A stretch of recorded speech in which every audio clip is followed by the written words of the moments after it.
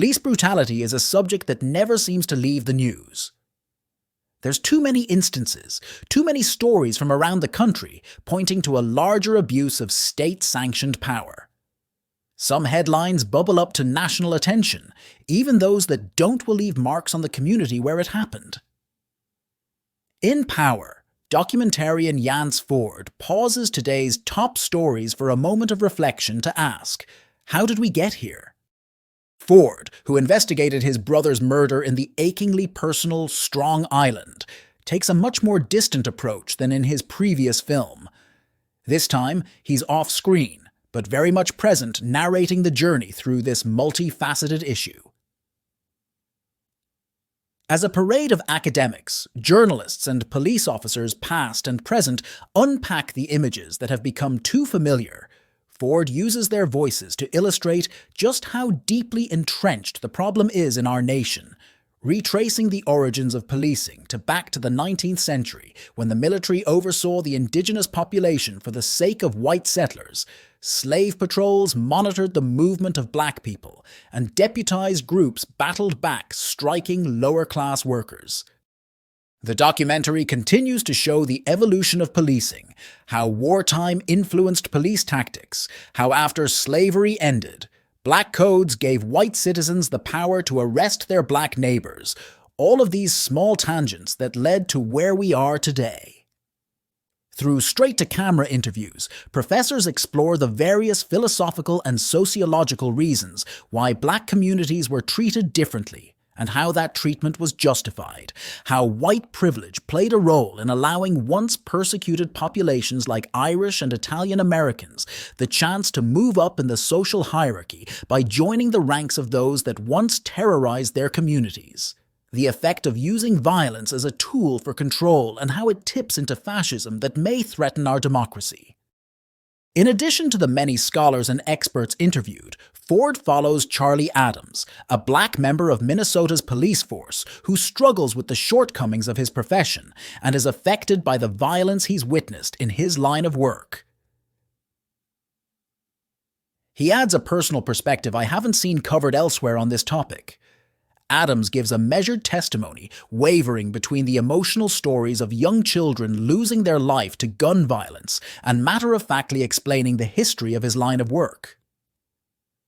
Through Adams, we get a first-hand account of how the justice system is failing black children, and how supporting other black officers on the force has cost him professionally. He acknowledges things need to change, but remains in the line of duty, perhaps in hopes that he will see some of those changes. Throughout Power, Ford asks thought-provoking questions to his audience, and even to some of the expert lecturers.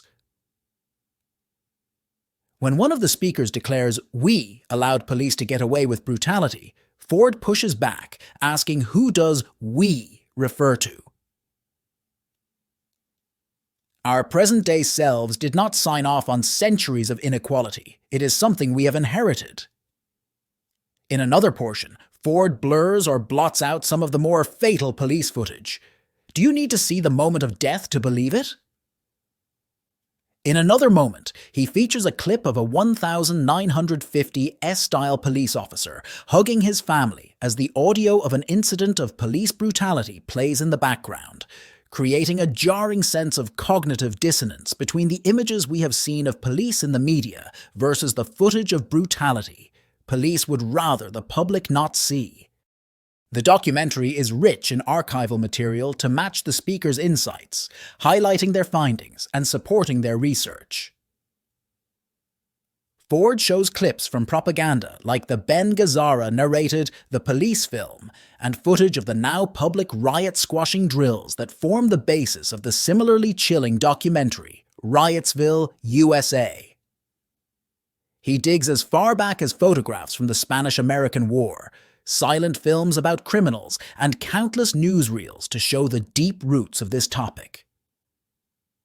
Ford also brings in images of present-day surveillance, the eerie eye-in-the-sky view that allow for even more unfettered access to private citizens, signaling the future of policing. The goal of Power is to call police brutality into question, not put it on trial. It feels like a primer, a crash course for those who didn't know, and more food for thought for those who do know of its dangers and its harrowing legacy in this country.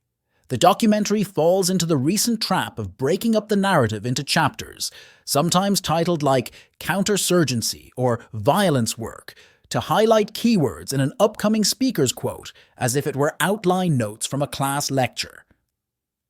It's unnecessary because Ford smoothly structures the flow from one subtopic to the next, quickly explaining things like qualified immunity, the political groundswell that ballooned police funding, and the failures of policies like stop and frisk. It's a heavy and immense topic, one that Ford carefully dissects in pieces so that this audience learns something new about this centuries-old issue. Stay tuned for more recaps and reviews of movies, documentaries, TV shows, and games coming soon. Thanks for watching.